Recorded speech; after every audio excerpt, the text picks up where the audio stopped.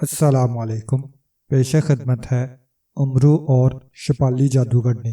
خواجہ امرو عیار سردار امیر حمزہ کو سلام کرنے کے بعد اپنے گھر کی طرف جا رہا تھا کہ اچانک اس کی نظر ایک بڑھیا پر پڑی جو لاٹھی ٹیکتی ہوئی آ رہی تھی۔ اس بڑھیا نے میلا کچیلا لباس پہنا ہوا تھا۔ اس کے سر کے بال برف کی طرح سفید تھے۔ اس کا چہرہ جھریوں سے بھرا ہوا تھا۔ چلتے چلتے بڑھیا رک گئی۔ ایسے لگتا تھا جیسے وہ تھک گئی ہو۔ بیٹا میری بات تو سنو۔ امرو جب بڑھیا کے قریب سے گزرنے لگا تو بڑھیا نے اسے آواز دی۔